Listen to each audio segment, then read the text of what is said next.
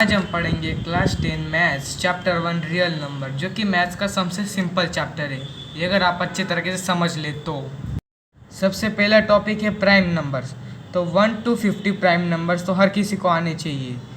तो prime number वो होते हैं जो एक के या फिर खुद के टेबल्स में आए। ये अगर ऐसा कोई नंबर जो कि 1 के और खुद के अलावा भी और किसी के टेबल में आता है वो नंबर, तो वो प्राइम नंबर नहीं कहलाता।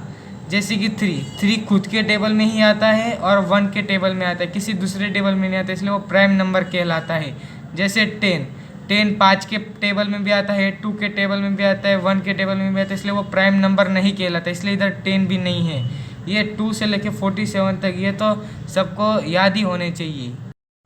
इस चैप्टर का एक इम्पॉर्टेंट फार्मूला है HCF bracket A-B multiply by LCM bracket A-B is equal to A। ये इस चैप्टर का इम्पॉर्टेंट फार्मूला है। अब जानते हैं LCM HCF क्या है। अब हम सीखेंगे प्राइम फैक्टराइजेशन करना। तो किसी भी एक नंबर का हम प्राइम फैक्टराइजेशन करते हैं। हम करेंगे 336 का प्राइम फैक्टराइजेशन। तो 3 प्राइम फैक्टराइजेशन इसको प्राइम नंबर के द्वारा किया जाएगा। तो हम लेंगे 2 जिससे 168 हो जाएगा, मतलब इसका आधा हो जाएगा। फिर से हम लेंगे 2 जिससे इसका वापस आधा हो जाएगा। फिर वापस हम लेंगे 2 जिससे इसका वापस आधा हो जाएगा। अब हम लेंगे 2 जिससे इसका वापस आधा हो जाएगा। अभी 21 से 2 तो होगा नहीं, तो हमको लेना पड़ेगा 3 7 जा 21 होता है। अभी 7 तो खुद एक प्राइम नंबर, इसलिए हम इधर 7 लिख के इधर 1 कर देंगे। अगर आपको ऐसे समझ में ना आए तो फिर आप ऐसे डिवाइडेशन भी कर सकते हैं 336 को 2 से। 2 1 जा 2, इधर 1 3 नीचे आया, 2 6 जा 12, इधर 1 नीचे हुई है 6 और ये 8, तो हो गया 16 0 0, तो 168। ऐसे ही आप इन सब का डिवाइडेशन करके भी आंसर ला सकते हैं अगर आपको ना आए सॉल्व करते। अब तो सोच रहे होंगे आप कि मैं तो आपको LCM HCF बताने वाला था, तो ये प्राइम फैक्टराइजेशन क्या बताने लगा। तो प्राइम फैक्टराइजेशन आता होगा तभी हम LCM HCF निकाल सकेंगे। HCF मतलब हाईली कॉमन फैक्टर और LCM मतलब लोएस्ट कॉमन फैक्टर। तो जानते हैं इसे कैसे करते हैं।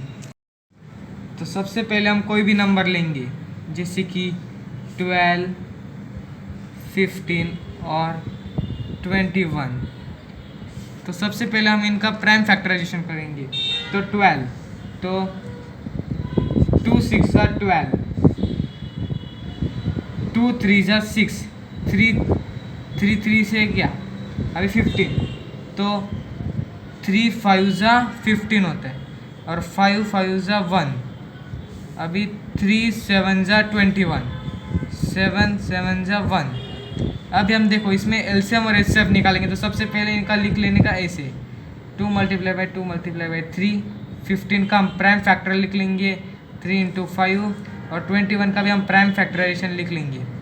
अब इन सब में HCF यानी कि हाईली कॉमन फैक्टर कौन है, देखिए इसमें 3 कॉमन है, तीनों में 3 आया है, मतलब HCF 3 आएगा। और LCM मतलब सब जितने भी इधर है ना सब लेने के, मतलब ये 2 2 बार आया तो 2 बार, लेकिन 3 एक ही बार लेने का, और 5 × 7।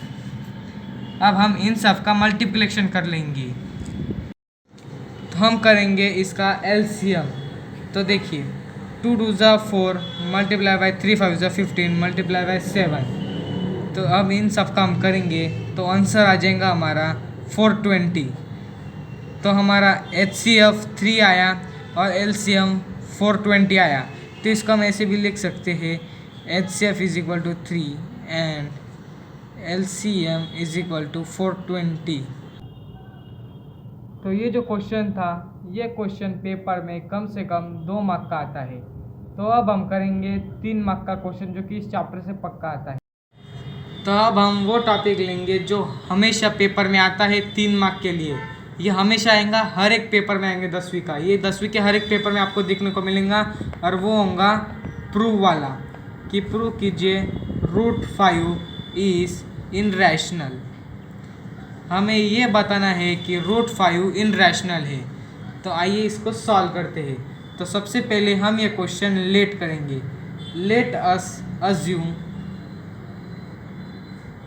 That √5 is rational. हमें सबसे पहले √5 को रैशनल मानना है और अब इसे सॉल्व करते हैं। तो सबसे पहले √5 is equal to a/b, where a and b are co-prime where b is never is equal to 0। अब हम इसे सॉल्व करेंगे। तो सबसे पहले √5b is equal to a।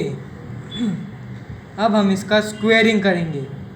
तो सबसे पहले लिखेंगे हम स्क्वेयरिंग बोथ साइड। तो इसका दो स्क्वेयरिंग किया तो आ जाएगा 5b² is equal to a²। तो इसको हम 1 मान लेंगे, इक्वेशन 1। तो हम पहले उसको इक्वेशन 1 मानेंगे, उसके बाद लिखेंगे कि therefore 5 divides a² and 5 divide a।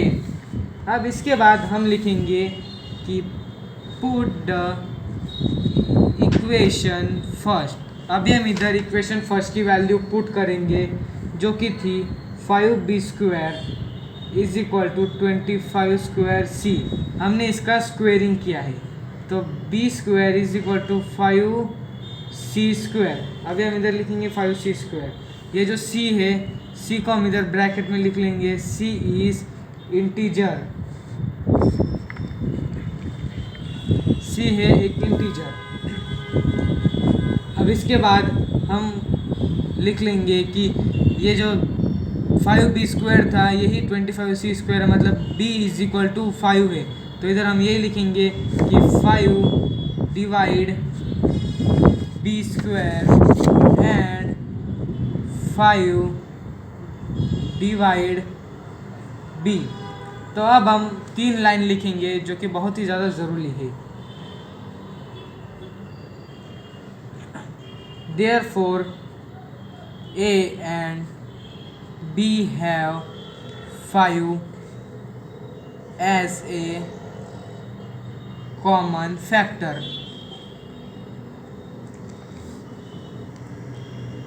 but the contradiction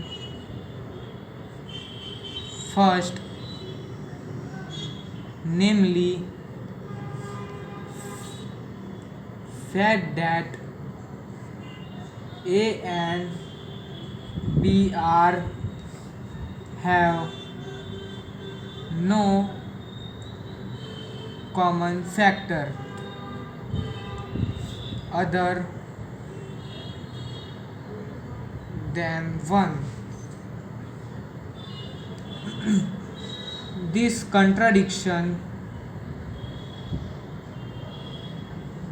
contradiction has arising because of our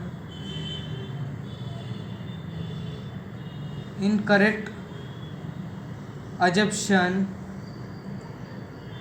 that √5 is rational। मतलब हमें ये पता चल गया कि हमारे गलत मानने की वजह से ये हुआ था कि √5 रैशनल है। और आखिर में हम लिखेंगे कि हैंस √5 इज इनरैशनल। ये प्रूव वाला क्वेश्चन आपको हमेशा दिखेगा, ये हर एक पेपर में आता है। और देख लीजिए हमने किसी इसको सॉल्व किया है, ये हर बार 3 नंबर में आता है, हर एक पेपर में आया है 10वीं की। ये आखिर की 3 लाइन लिखना ज़रूरी है, सभी के सभी 1.5 मार्क्स की ये लाइन है। अगर आपको हमारी वीडियो अच्छी लगी हो और ऐसी ही वीडियो देखना चाहते हैं तो लाइक शेयर एंड सब्सक्राइब करना मत भूलिएगा।